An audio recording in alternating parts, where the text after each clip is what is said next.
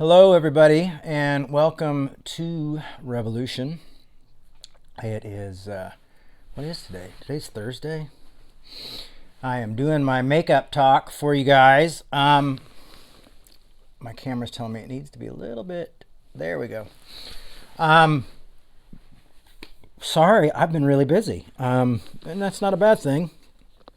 I got to do some painting work. Actually ended up being more sanding work, but prep for painting for a few days. And then my friend Brent, who used to work with Revolution in Atlanta, Brent Cason, was in town, and he was touring with Copeland, who used to play at Revolution, and oh gosh, what's the other band's name? Escapes me right now. They used to be called Saga 24/7. And so he was in town, and we got to hang out for the day, and that was great to catch up. He's such a neat guy. He does a lot of merch for bands, and so he always comes through town, and it's always fun. We went to the Army Navy store. It's kind of our tradition, and look at crazy stuff. So anyway, so I've been super busy and kids and blah, blah, blah, but I wanted to make this up. Oh, and yeah, the last talk I went, turned into max headroom. And so halfway through, so we had to stop the talk on Facebook. So I've already given half this talk. So now this half will probably be completely different. I'm not going to do half of it. I'm going to do the whole thing again, but it'll probably be completely different than the last one I did. So those of you who got to see the beginning of the first time, probably going to hear something a little bit different, not totally different. Hope you all are surviving. I mean, the world really does seem like a crazy place. Everybody's got different opinions on everything. It's strange to see people being deported for speaking out against the war, against what's happening in Palestine and the bombs that are being dropped in Palestine. Yesterday it was 300 people were killed to innocent bystanders. Civilians were killed and 7 soldiers were killed. So this is kind of madness. This is madness. It's not kind of madness. It's madness. And people want to justify war and death all day. And I'm not a war scholar or anything like that. I'm a pastor, and I believe in nonviolence, and I believe in loving your enemy, and I believe in nonviolent solutions. And I believe this is horrific tragedy, and that all children matter. And then when we start to lose our empathy for children or our sympathy for children, the soul of our country and the soul of humanity is in trouble. So if you want to call me an asshole, you can. But I think even if you agree with Israel and I don't support Hamas either. I don't like what Hamas did. I don't like what Hamas does. I don't like the way they hide amongst their people. But at the same time, what Israel and the United States and the UK are doing, I find completely unacceptable. So there's the political spin for you today, and it comes not out of some sort of real political conviction as much as it comes out of a conviction for human life and human beings. And it reminds me much of Dr. King's sermon, and when Dr. King said why we must speak out against Vietnam. It's one of those things where you just go, I can't be silent. There's just no way to be silent. There's no way to be like, often people say, well, it's been bad before. What about World War II? Or, I mean, everybody wants to, compare these things to somehow justify the deaths of these human beings. And it doesn't make it right. And it's very sad. So the other day I started working at my kids' school. That's another job I'm doing as well. I'm doing all these small jobs trying to make ends meet. And I'm at the school, and I see my daughter and her friend, and they're getting on the bus. And I give her a hug and go, hey, and I'm working after school stuff, helping kids get to their classes and things, and after school, and I get a call from my ex-wife about 30 minutes later saying, Minnie never made it home. Our daughter never made it home. And our son's there, but Minnie's not.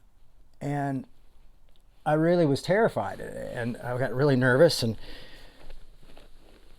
she couldn't get a hold of Minnie's friend's mother. Kept calling her and couldn't get a hold of her. I ran outside to where I knew all the bus stops was, just to see if the kids were outside and missed the bus. I couldn't find them. And it was about 10 minutes that I was really petrified. Ended up finding Minnie and her friend. They were in the office, and they got pulled off the bus by a teacher because they thought they'd had a play date that day. That wasn't the case. Minnie had some practice she had to go to. And I was very relieved. But just those few minutes of not knowing where my child was and where my kid was terrifying. And you amplify that by a million. And maybe that's why some people say, well, empathy is a problem or empathy is a sin, because when you empathize with these people, even people you might not agree with, you're able to go and see the injustice there.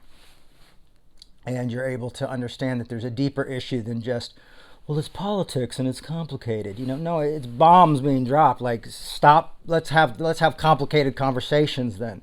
Let's have let's force ceasefires. Let's try to force another way around this.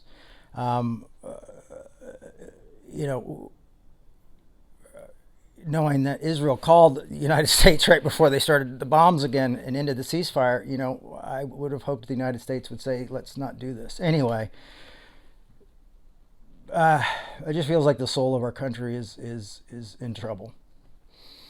And it wasn't any better before under the last guy, because they were dropping bombs as well and destroying people. And I saw a lot of people I respected become very silent because they were afraid that this guy was going to come in. And I just don't think that's the right thing to do either. I think we have to make hard decisions, and we need to speak out against any time children and innocent people, our lives are being taken and destroyed.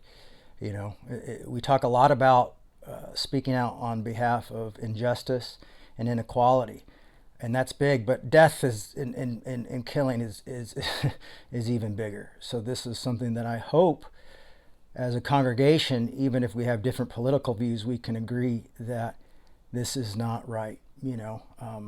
Someone asked me about World War II, and I'm like, I wouldn't have wanted the German children to die. I wouldn't want that to happen. I wouldn't want German civilians to die.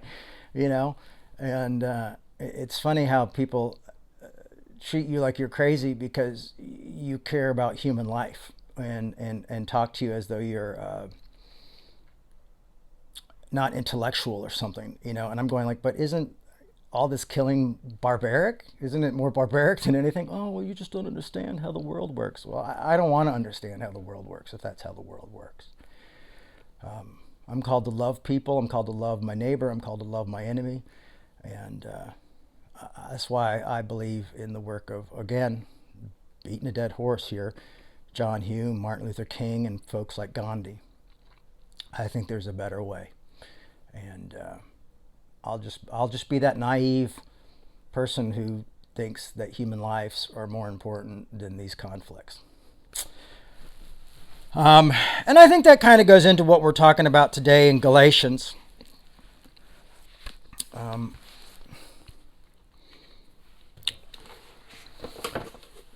The last week we had ended on Galatians chapter 2. And that ends in one of my kind of an area that I think is really important. And I really like the last part of Galatians chapter 2, where it says, I do not nullify the grace of God, for if justification comes through the law, then Christ died for nothing. This idea that that grace is not enough, the idea that acceptance is not enough, this idea that mercy is not enough. And, these folks train, you've got to do more of this and you got to do more of that. And if you really want to be a Christian, if you really want to follow Jesus, you got to do this. You got to believe this. You have to think that. This just has to be your political. It's just bizarre. And that's what Paul was saying to these folks is, hey, you're going to have different thoughts and different ideas about these things. But remember, it all boils down to it's grace. If you try to make anything else, there's really, you're making Christ's death in vain. And I thought that is really beautiful. I'm not necessarily, I've got some different ideas about the atonement theory than I think the Apostle Paul, but I agree with the sentiment in what he's saying. So let's just jump into 3 right now. Galatians 3:1. You foolish Galatians, who has bewitched you? It was before your eyes that Jesus Christ was publicly exhibited as crucified. The only thing I want to learn from you is this. And there's a little sarcasm here, I think. Do you receive the Spirit by doing the works of the law or by believing? What have you heard? What you have heard? Are you so foolish, having started with the Spirit, are you now ending with the flesh? Did your experience so much for nothing? If it really was for nothing, well then, does God supply you with the Spirit and work miracles amongst you by you doing works of the law or by you believing what you heard? And it's strange because kind of this idea of doing works of the law, for me, in my life, growing up in the evangelical church, it was kind of a new law, and the new law was like, basically dive into church culture, dive into everything church culture. And I was thinking about this last night, and this is where it's going to differ a little bit, is from last time I tried to give this talk, is the church kind of, the church probably over the past 100 years has really bought into this capitalistic idea, almost a monopoly idea, at least for the church with a capital C, or Christianity with a capital C, a capitalism C. This idea that okay, you're here now, you're no longer part of the world, and so you'll really be successful, especially if you buy our books, come to our churches, avoid things that our church doesn't agree with, vote the way we think you should, buy our Christian books, buy our Christian magazines, because there were Christian magazines, like a bunch of Christian, get your Christian, get your Christian music that, if you like this band, you should listen to that band. Don't go to movies, watch our crappy movies, read our Christian fiction, go to church 3 times a week. And in a way, if you think about it, it's almost like they want to monopolize, the church is like, we're going to monopolize your time, we're going to monopolize your world, and we're going to completely pull you out of reality in a way. And so now if you imagine like a company that was like, listen, we've got this for you. We can promise you insurance, eternal insurance. If you shop at our store, listen to our bands and our records, buy records from us, buy our detergent, buy our books, only shop with us, and we promise you eternal happiness. And that's what capitalism often does, is it promises to fill a hole. The problem is, as soon as you drive that, my son really likes sports cars. He's 9. And he was talking about how cheap they get, like just a few days after they drive off the lot. And then like a year into it, and he's like, isn't it crazy? Because you just read the speedometer and it's just a different number, and it's cheaper because of that number, I was like, well, that's interesting way to look at it, really. He's like, it's the same car. You wouldn't be able to tell that car was, had that many miles on it when you saw it. And I'm like, yeah, well, oil change, but if it's been kept up, so I was like, okay, I'm listening. I'm hearing you out, buddy. So people often get rid of those things because they have too many miles. Oh, all of a sudden now the new thing comes out, And it's like the new iPhone, oh, every time that comes out, oh, I got to get that one. Oh, this one's got more stuff. Oh, the camera's better on that. Oh, I can justify it because I'm like, oh, well, we film all our services on the iPhone. We got to have the best, which I don't have the best iPhone, by the way, but this one's freaking pretty good. And so it kind of promises this wholeness and completeness. And I feel like that's often what religion does, is it promises us some sort of like wholeness and completeness that really does not exist. So, and that's this is what he's saying here. He's like, well, if you do the right works, if you see it becomes this kind of new kind of law of fall into this thing, So I can remember like as a kid and even after church, I would go to bars and things like that. People are like, hey, what's going on? Or going to church, and I was never really into worship music. And I remember sitting down when everybody else is standing up, and this pastor kind of comes up behind me. He's like, hey, what's going on? It's like, you're not marching to the same drum, buddy. This idea that you had to like conform. When Revolution started doing shows in Atlanta, we always had general market bands and Christian bands mixed together, and then we would just play whatever music we wanted to in between bands. And I remember pastors come up to me being like, buddy, this music is not glorifying God, and this idea that you have to stay within this kind of bubble to be pure. And you get books like I Kiss Dating Goodbye and things like that, and these things that are completely out of touch. And so when Paul says, oh, you foolish Galatians, which was kind of a stereotype for Gentiles, unfortunately, but he goes, you foolish Galatians, who has bewitched you? Who is before you eyes? He goes, you saw that Jesus was, he's basically saying like, you saw a video of it. You saw a picture of it, but they didn't have videos. They didn't have pictures. They didn't have memes. It was as though you saw a meme of Jesus being crucified. Now you're trying to earn all this stuff. And I think what the church does is tries to control us. And I think they've weaponized sin. You're probably thinking, weaponized sin? What does that mean? Isn't sin bad enough? Well, I really agree with Paul Tillich, theologian and philosopher, that sin is separation, and that sin is not these individual things that we try to make it out to be. But it's like we have these lists of sins that make you in or you're out, and you can't participate in. And some sins like gossip, oh, okay, it's okay, we'll work on that, But there's other sins like, oh, sexuality, now we've got issues, that put you out of all those structures and those churches, and you can't serve on the staff of the church. It's really strange to me. And it's, to me, in a way, I think the Christian culture, especially I don't know, 70s, 80s, and 90s, and even up to now, has really become kind of another gospel, something that says, oh yeah, it's a free gift, wink, but really we want to have all your time. We want you to only do things that we agree with and we do. And that's not living. That's not living in the world. That's not living life on life's terms. That's not being with humanity. That's not being an actual community. When you go, oh, I only just stay within the, when churches are like, we want to be the community. One of the things we try to do with Revolution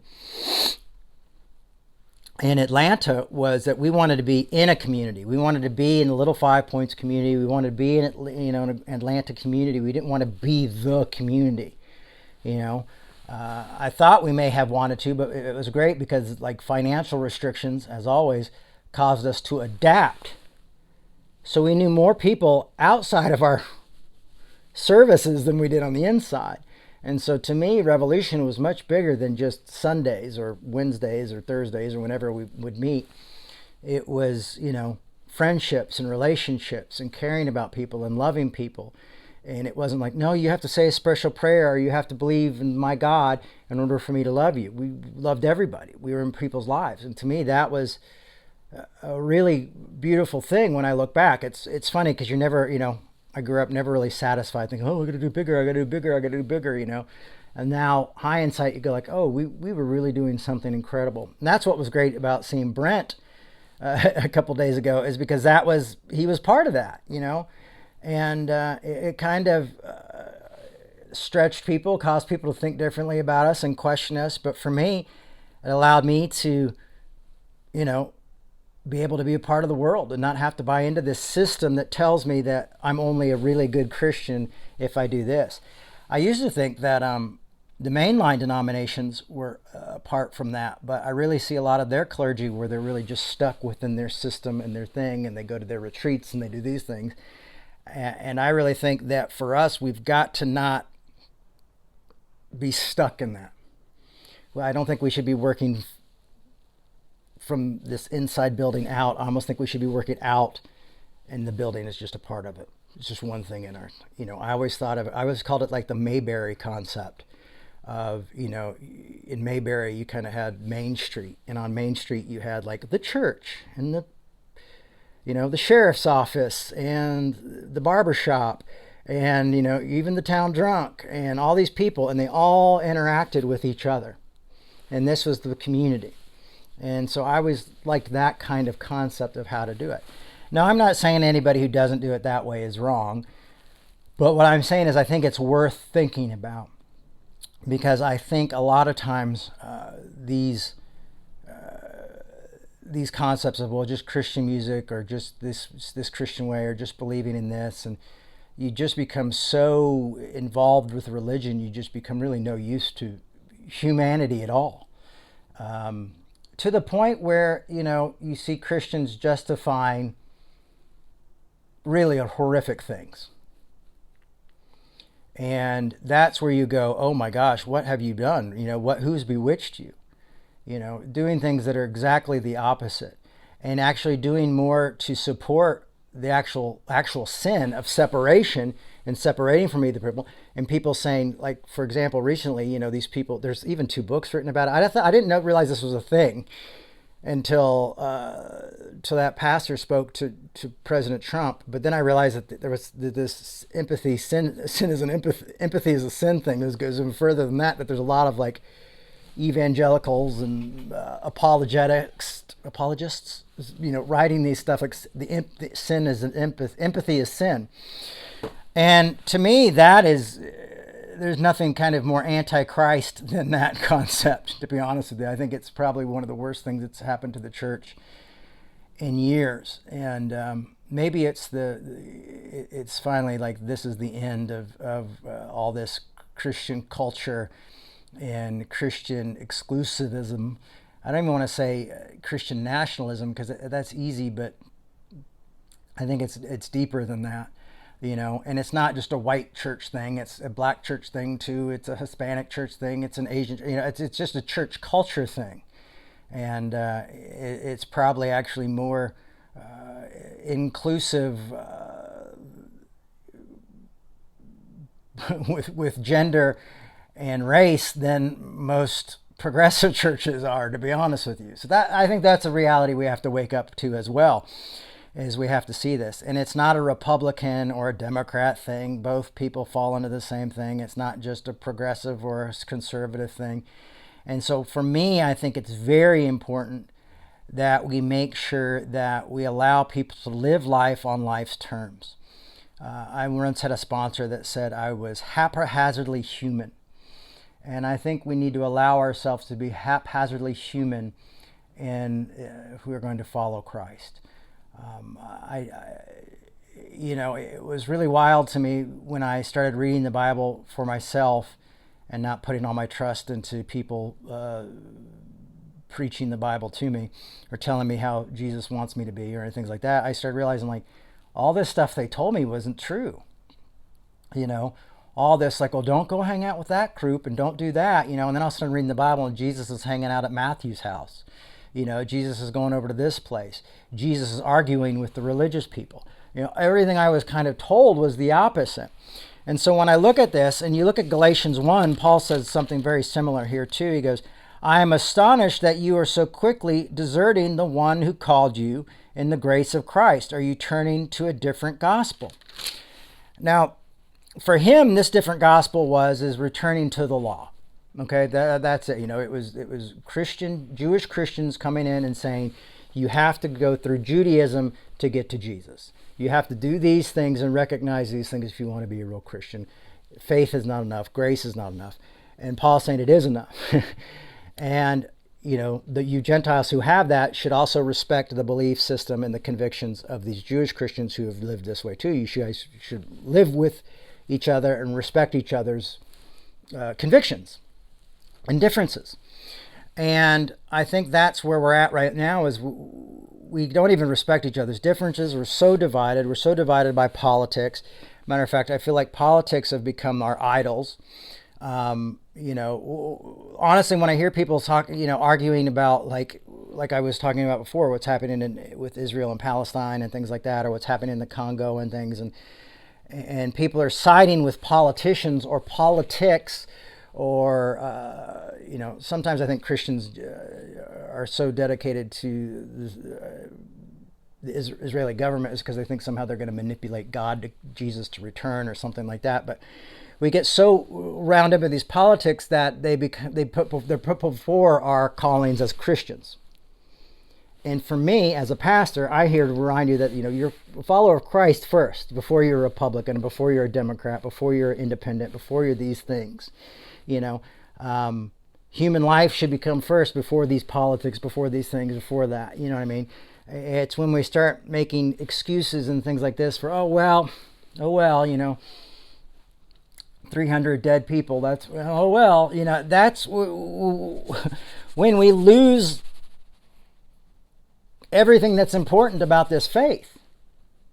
It's about loving the least of these.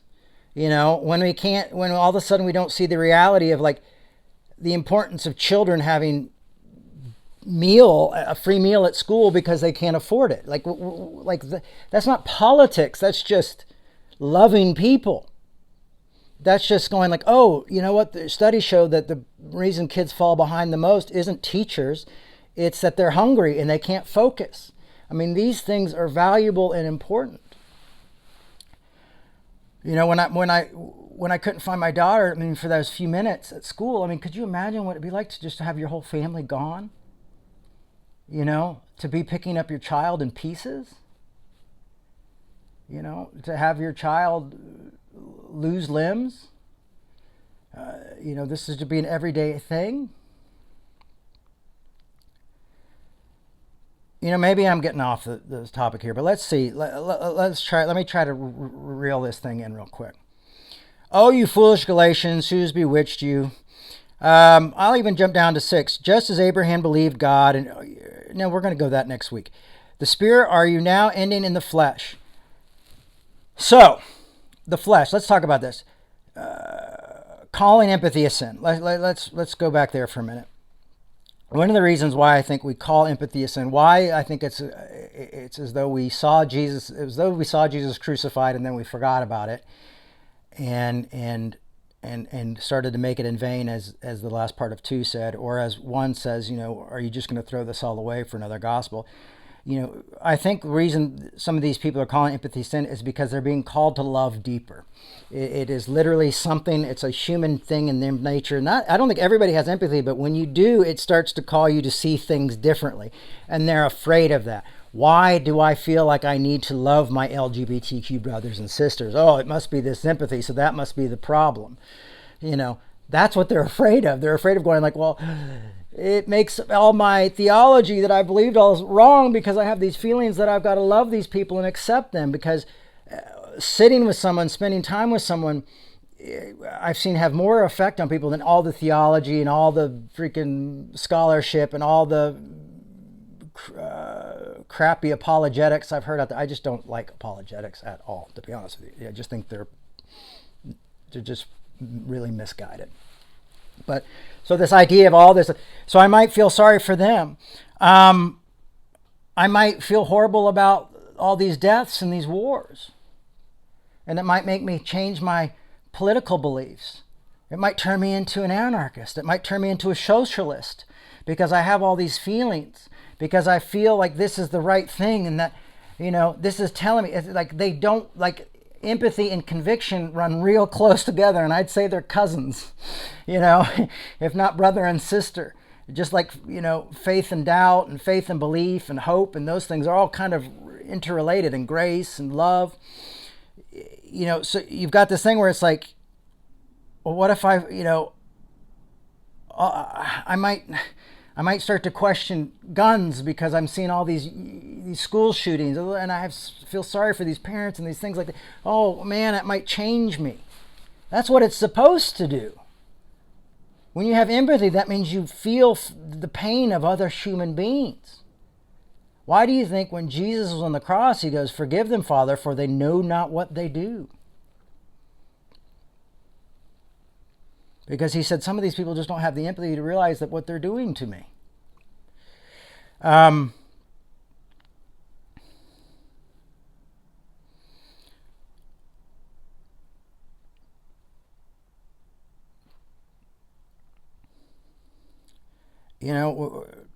All of a sudden you'll think like, oh, well, cutting U.S. aid and canceling aid to our neighbor countries and things like that.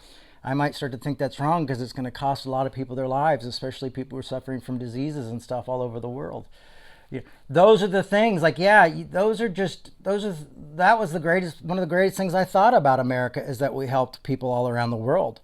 I mean, didn't merely balance out for all the wars we've participated in.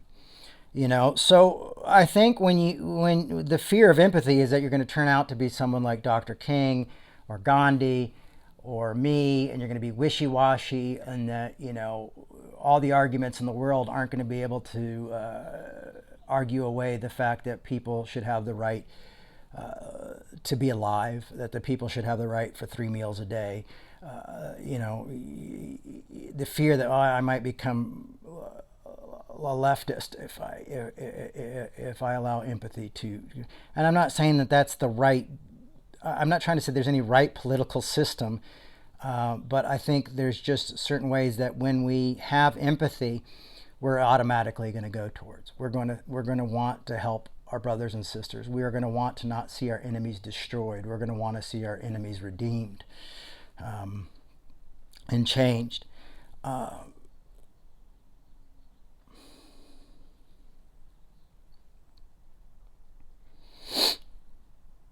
Sorry, I'm just looking through my notes. Give me a minute here. There's a verse in James 2:16 through 17 that says basically, if you see someone hungry or naked and you pass by them and you go, oh, fill your stomach, feed yourself well, get some clothes, stay warm, and you just walk by and do nothing to help them, you're worthless. You've done nothing to help. And that's where that part, faith without works, is dead. When you see someone in need, when you see someone who's suffering, when you see someone and you're incapable of having the empathy to help them, when Jesus talked about the Good Samaritan, the thing about was different between the Samaritan and the other folks who passed that wounded person on the street is the Samaritan was able to look at that person and go, not what will happen to me if I stop, but what will happen to this person if I don't stop. See, that's empathy. Jesus stopping at the well and taking the most outcasted woman at the well and saying, let me tell you things about you. And matter of fact, I'm going to use you to reach your whole community. And I'm going to tell you who I am. I'm going to reveal myself as the Messiah. If that's not empathy, if Jesus being moved with the woman who goes, well, even dogs get crumbs from the table, and he's moved by that, that's empathy. Empathy leads to the repentance of Jesus. Jesus' mind changes. And then there you go, apologetics. Can't handle that kind of thinking.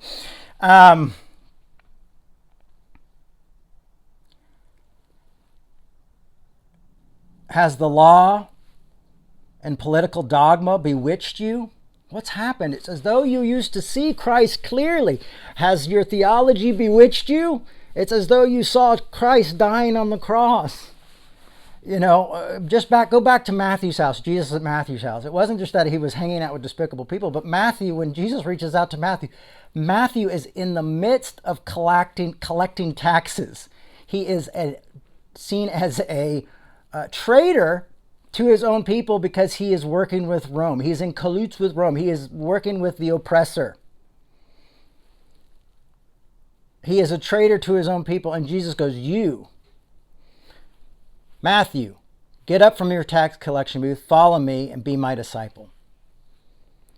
Now, in Jewish tradition, you would often have to go to the rabbi 3 or 4 times to prove that you really wanted to be a follower of that rabbi. Jesus is going up to the least likely person and saying, follow me. I once saw a play, and it takes place in purgatory, and for some reason Matthew's in purgatory, and he's talking about how when he met Jesus, and he goes, no one had ever looked at me. People always moved their eyes away because I was a tax collector and I could take what I wanted. And no one ever looked at me. And he goes, the first person to ever really look at me and see me was Jesus. And I always thought that was really beautiful. And I also thought that was empathy. I feel like that's what Jesus understood. When Jesus rebuked people and stood up to people, I think he felt the pain of those people that those folks were persecuting, and he also saw the reality of those persecuting people needed to hear the truth and needed to realize what was going on in their own lives and the pain they were causing others. Has our desire for revenge somehow bewitched us? Oh, foolish followers of Christ. Often I see progressive Christians returning the same kind of elitism that they were raised in their evangelical church and in their Christian churches, the churches that they were raised in, and I'm not that believe that way, and I'm deconstructing, and they become very judgmental towards those who judged them. And it's like, to me, this isn't how you create a movement. To me, this isn't how you don't stay divided. You go out, you find the good, and you bring the good news back. You share that with them. And you might say, well, that's what we're trying to do. But when and I do this too, but when you become so arrogant and angry at those folks and you make it impossible. I remember when the guy who wrote I Kissed Dating Goodbye came out and said he was sorry and he shouldn't have written the book and all that stuff. I remember reading the comments and how many people are going, it's too late, it's too late, it's too late. And it's not too late. It's never too late to apologize. Dr. King said, it's never too late to do the right thing. It's never too late. He wouldn't have, if Bull Connor that would have come to him and said, you're right, I've messed up, I've treated people horribly, I want to, join the movement, I want to be with you, I want to see civil rights, they would have welcomed him in with open arms.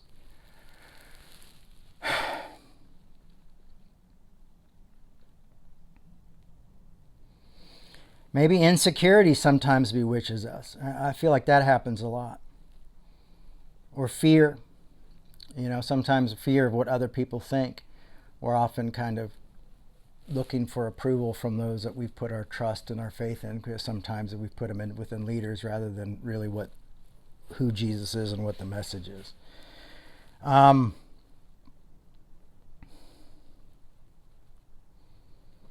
Unfortunately, politics seem to be influencing people's faith rather than people's faith influencing their politics. And that's another way I would say, well, who's bewitched you?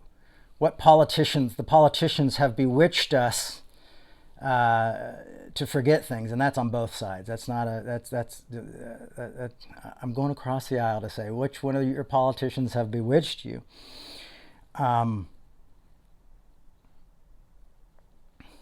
You often see people with no faith have more compassionate politics than people with faith, and that's a sad thing.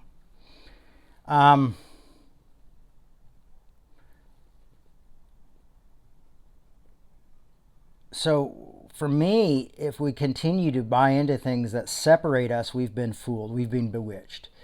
If we don't if the gospel isn't leading us back to restoration, in the end of this book in Galatians, it'll say, if you think you're too good to restore someone, too good to help someone back on the right track, you're only fooling yourself. You're not too good to do that. No one's too good to do that. And so when we act that way, and when we act with kind of this like pride or this type of hierarchy of knowledge and, oh, well, I've got it now, we push people away. And it's as though we have forgotten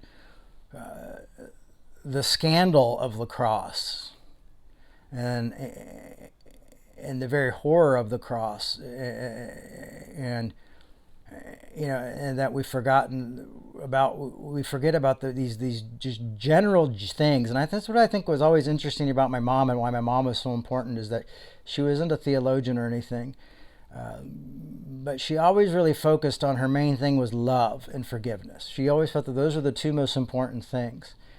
And often you see today that we get so into theology and into our dogmas that those things become, or we take them for granted, and we kind of put them on the side, and we're not practicing them. And well, we've had too much of that. Oh, too much grace, too much restoration. And people get mad. Oh, those people will just come back and do the same thing. No one, it's just, grace is anarchy, folks. There's a reason it's anarchy. And the fact is we should be part of restoration and helping others, because often those people go back to the same thing or go back to something worse, is because sometimes the people who restore them are those people. I mean, it was Franklin Graham who reached out to my dad when he got out of prison and gave him a house and a car. It wasn't the ELCA or anybody like that. And then they go, well, I can't believe it. Well, that's how it happens sometimes. So we shouldn't think that we're too separate from people, or that we're too divided from people, or that they're not in our group, or they're not in our club, or they're not part of our tribe. Because those are the things that make us seem as though we've been bewitched. And the problem is we've been bewitched for over 100 years, as far as I know, and especially through the 60s, 70s, 80s, and 90s, and the 50s. Of course, it was a different thing, but the church really started to become this kind of insular, like just, oh, well, let's do this. Let's have concerts at the church, and let's do, skateboard packs for the kids at church, and let's put everything here, and keep people from interacting with each other. And sheltering people from the world, and things like that. I feel like we've lost the script, if you will.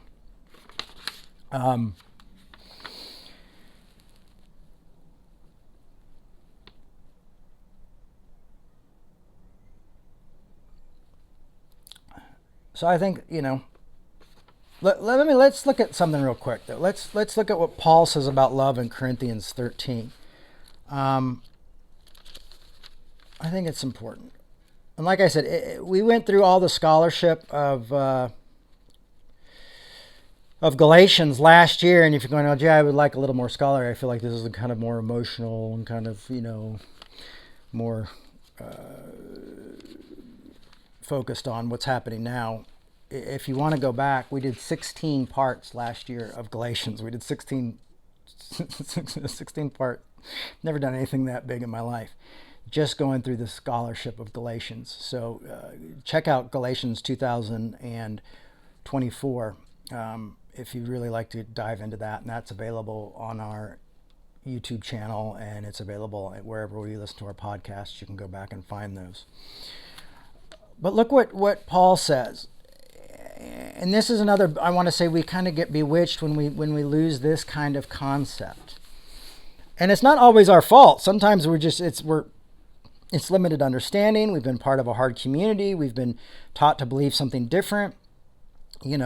I remember when I was first told about grace, it was more as that I wasn't even like, I turned to another gospel. It was another gospel that I had learned my whole life. And it wasn't until probably I was 19 or 20 years old that I realized that, what grace really was. And when I first heard it, I thought it was a sin. I thought it was something bad. I thought it was something that condoned sin and winked at sin. And I thought it was somebody that used it as an excuse to sin. I even told my friend, I'm like, I don't know about this.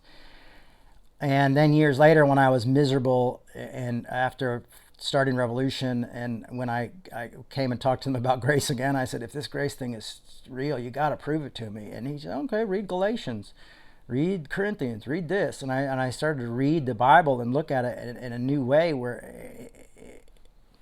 and it changed my life. I mean, I remember calling my dad, being like, why weren't we taught this? Why didn't we talk about this? It was though I had been really sold a completely different idea of what Christianity was. I mean, I know this sounds strong, but as though I was lied to by this AG Assemblies of God theology. That was all about these small little things that made to seem God very petty, and that God must not like me because I couldn't follow it, or that I was broken or something. It wasn't anything universal. It wasn't anything that, it was this very petty, small religion, very tribal religion that you could lose very easily. You could lose your salvation very easily. So it was this angry, petty God surrounded by angry, petty people who all were pretending to be perfect. And I was part of that. So I'm not saying they were bad. Some of those people just really believed that.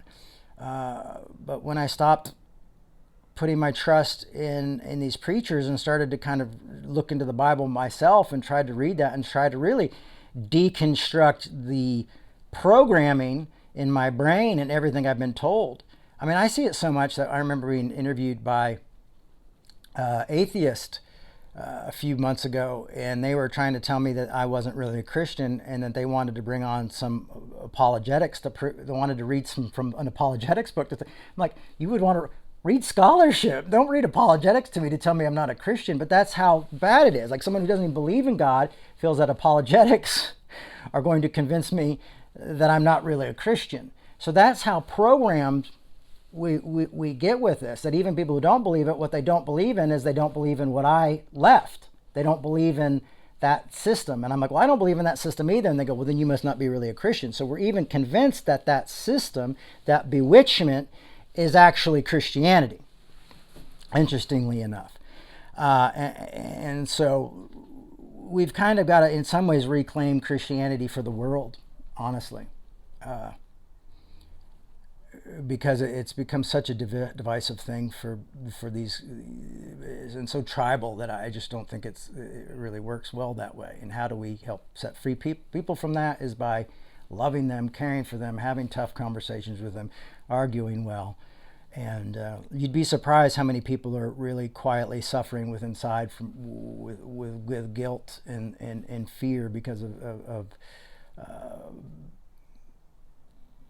bad theology. I'm not going to say that it was meant to be bad, but it's just so much tradition that people feel that it's the right thing, but it's tearing their lives apart, and they can't figure out why they don't feel complete, and often think they're the only one. Corinthians 13, Paul says, love is patient, love is kind, love is not envious or boastful or arrogant. What do you think when you think of Christians often? Even progressive Christians. Love is not envious or boastful or arrogant or rude. I need reminding of this. It does not insist on its own way. For me, I would have told you that was my Christianity until I was 20 years old, is that I thought Christianity was all about its own way, that love, that it demanded me to live this way and that way and no other way. It is not irritable or resentful. I think that's something our progressive brothers and sisters could hear, and our conservative brothers and sisters as well. It seems that we're all just kind of so divided, and we can't even have conversations without being snarky or mean or personal. It rejoices in the truth. And then you have to kind of ask yourself the hard question, what is truth? And it's often really weird to me that sometimes folks think like biblical scholarship and things like that are like, well, are they a believer, or what do they believe, and what is the theology? And all of a sudden I'm like, you think they've studied their whole life the history of the Bible and the language of the Bible to try to trick you?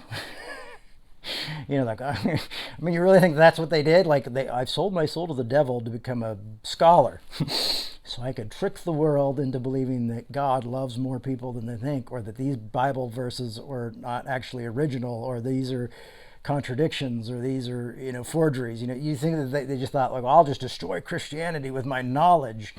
And so often in Christianity, now it's empathy is a sin.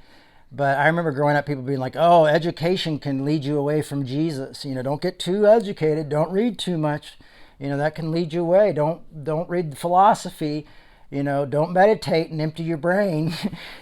So there was all this, like, it was like this control mechanism, but also this great fear that you were going to think for yourself, and that you were going to ask tough questions and somehow realize that there was no God or realize the truth. And so people began to fear anything outside of their simple theologies or their theologians or their own biblical belief system or their own church, that, if you start thinking for yourself, so knowledge is a sin. And see, the truth of, they'll say the tree of good and faith of knowledge, the tree of knowledge is a sin. And then they'll go and say, now they're saying empathy is a sin. And I think these are horrific things. I think they're so antichrist. I think they're so not Jesus. I don't think they have anything to do with Christianity. I have to do with manipulating you, controlling you, and the fear that maybe they'll have to love the wrong person. Maybe they'll actually have to love their enemy. Maybe they'll actually want to feed their enemy. Maybe when they pass that naked, hungry person, that they're going to actually stop and feed them and clothe them, even if they don't think like them or look like them. I mean, that seems to be the very fear of, like, how can we justify being hateful? Well, empathy is a sin. And how can we justify thinking the Bible is literal? Knowledge is a sin. I mean, it's ridiculous. And it's scary. It's really scary, to be honest with you. So yes, we need a reformation. Definitely. There needs to be a reformation. The church needs to reform. And everybody needs to take a part of it, because everybody's got issues with this stuff.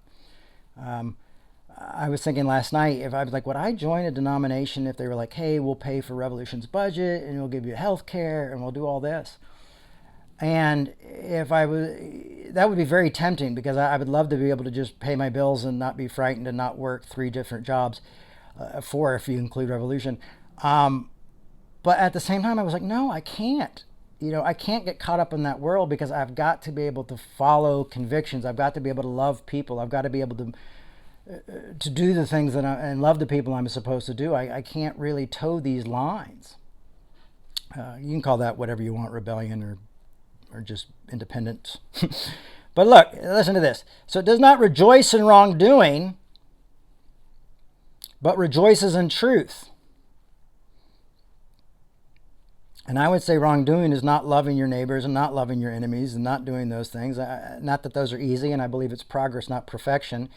But I think wrongdoing is also what Paul Tillich would call sin. Is the wrongdoing is when it leads to separation, and truth brings us back together. I think that's why the narrow road is having tougher conversations and not necessarily always demanding our way. It bears all things. Listen to that. It believes all things. It hopes all things and endures all things. And I love that, endures all things. It's saying, like, endurance is vital to this. Enduring through what the story we find ourselves in right now, this kind of idea of, I learned in DBT, is called radical acceptance. It's something that's very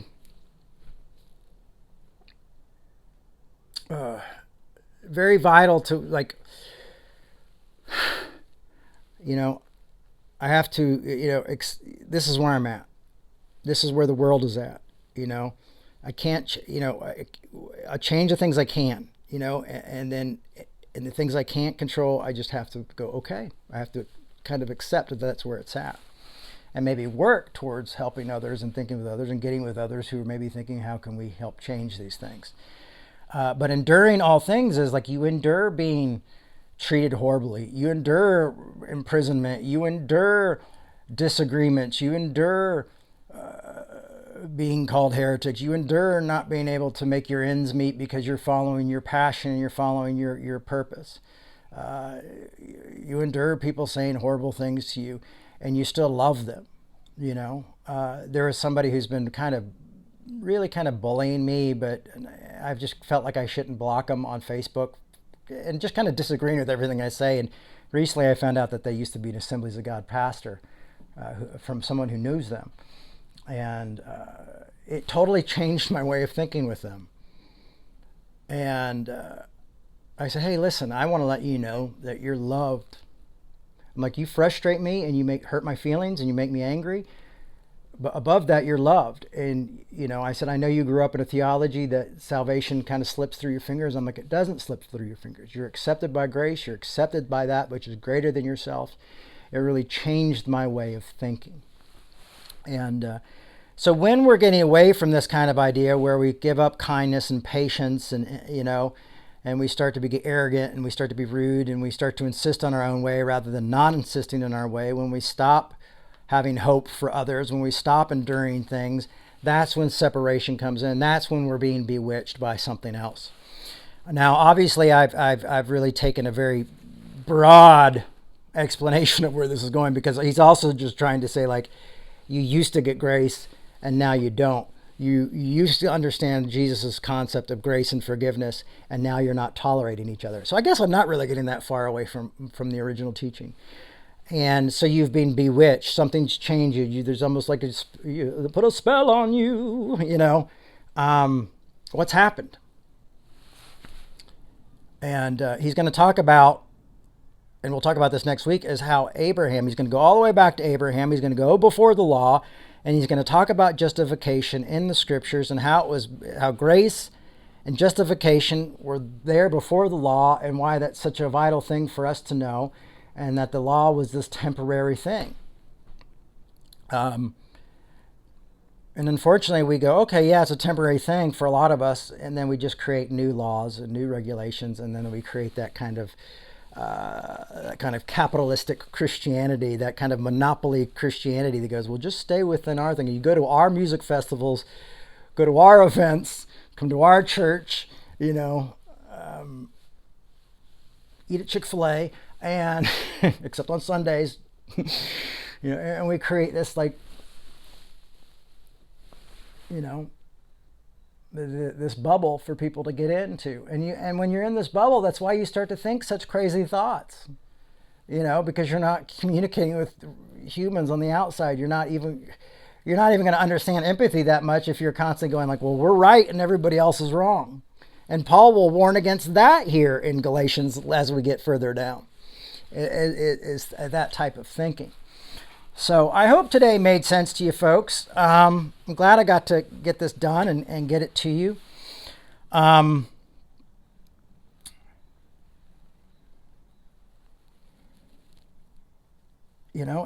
I hope it's a good reminder that we can't really control others. We're only really can be responsible for ourselves and our children. And that we just allow faith to guide us, and that we live in empathy, and that we don't get bewitched, and we constantly maybe ask ourselves, is this me? Is this politics? Is this my faith? Is this loving my neighbor? Is this loving my enemy? Is this love that never gives up? Is this Corinthians 13, 4-7 type of love? And I'm going to leave you with, and I've said this a million times, and it's always because I want it to get stuck into your brain. But remember when Dr. King said, thank goodness Jesus said, love your enemies and not like them. He said, because I can't like what my enemies do. I can't like that they firebomb my house. I can't like that they lynch my people. I can't like that they don't let me sit at the lunch counter. And I think we can love our enemies and say, I don't like the bombing. I don't like what's happening in our country right now. But I don't like what they're doing, and it makes me angry. But I can love and hope for repentance and for change. And, I think that's the ultimate goal, is that we change things, and we get to change things to a point where it's, I hope that we're able to change things, and those folks who are putting us under these impossible situations and these really tough situations are able to see the humanity and to see the empathy. And I hope you all will clearly speak to others, and just, when people say empathy is a sin, just say no, that's not true. Who's bewitched you? All right, everybody. It's Thursday, so I'll see you in like 3 days, and this probably won't go up for until Friday anyway. So I'll see you on Sunday for I think it's going to be part 6. I'll double check.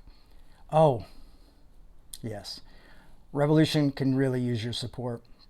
Or a nonprofit. Right now, Revolution has $0, and in order for me to get paid from Revolution, which is my main source of income, even though I'm working these different jobs, those are just kind of help even things out a little bit for me. And I would love to do Revolution full-time again. And the way we do that is through donations. So if you like this work and you believe in this work and you'd like to see this work grow and you'd like to see more happen with Revolution, you can make a donation at revolutionchurch.com. We have Venmo and we have PayPal, and it's all tax-deductible donations. And we'd be grateful for your support because right now we could really, really use it. But obviously, we'd rather have you than your money. So thank you so much. See you in a few days. Bye-bye.